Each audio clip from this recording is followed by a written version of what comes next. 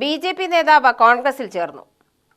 ബി.ജെ.പിയുടെ minority Morcha ജില്ലാ vice president Syed Muhammad കോൺഗ്രസിൽ ചേർന്നു.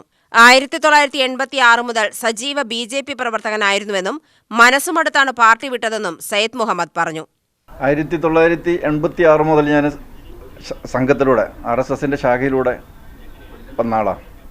1989 89-90 കാലഘട്ടത്തിലാണ് തേങ്കുറിശ്ശി പഞ്ചായത്തിൽ ബി.ജെ.പിയുടെ ആദ്യത്തെ കമ്മിറ്റി രൂപീകരിക്കുന്നത്. ആ കമ്മിറ്റി രൂപീകരിക്കുമ്പോഴുള്ള ആളാണ് ഞാൻ.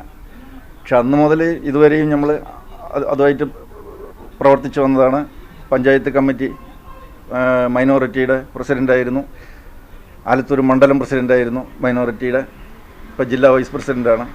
പക്ഷെ എന്തെന്ന് വെച്ച് കഴിഞ്ഞാൽ ചുരുക്കി പറഞ്ഞു കഴിഞ്ഞാൽ വിഭാഗീയത, ഇപ്പോഴത്തെ ബി.ജെ.പിയുടെ വിഭാഗീയത ഒന്ന്, രണ്ടാമത് വർഗീയത. ഏത് വേദിയിൽ നമ്മൾ കയറുമ്പോഴും ആ ഒരു വർഗീയതൻ്റെ ആ ഒരു ഇത് കാണുന്നുണ്ട്. അപ്പോൾ പിന്നെ നമ്മൾക്ക് അതിനോട് യോജിച്ചു പോകാൻ പറ്റുന്നില്ല. അതുകൊണ്ട് നമ്മൾ കോൺഗ്രസിലേക്ക്.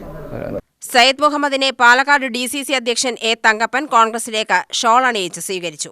ബി.ജെ.പി. മൈനോറിറ്റിയുടെ ജില്ലാ വൈസ് പ്രസിഡന്റാണ് അദ്ദേഹം. ആ പാർട്ടിയിൽ നിന്ന് രാജിവെച്ച് കോൺഗ്രസ് ചേരാൻ തീരുമാനിച്ചു. അദ്ദേഹത്തിന് കോൺഗ്രസ് സ്വീകരിച്ചിരിക്കുന്നു. അദ്ദേഹത്തിന് അർഹമായിട്ടുള്ള പ്രാതിനിധ്യം ഈ കോൺഗ്രസ് നൽകും. അവർ അതുപോലെ തന്നെ ഇവിടെ വിജയൻ, നിങ്ങൾ കണ്ടിട്ടുണ്ടാകും, വിജയൻ CPMന്റെ 2-3 പ്രാവശ്യം ഏരിയ കമ്മിറ്റി LC സെക്രട്ടറി ആയിരുന്നു.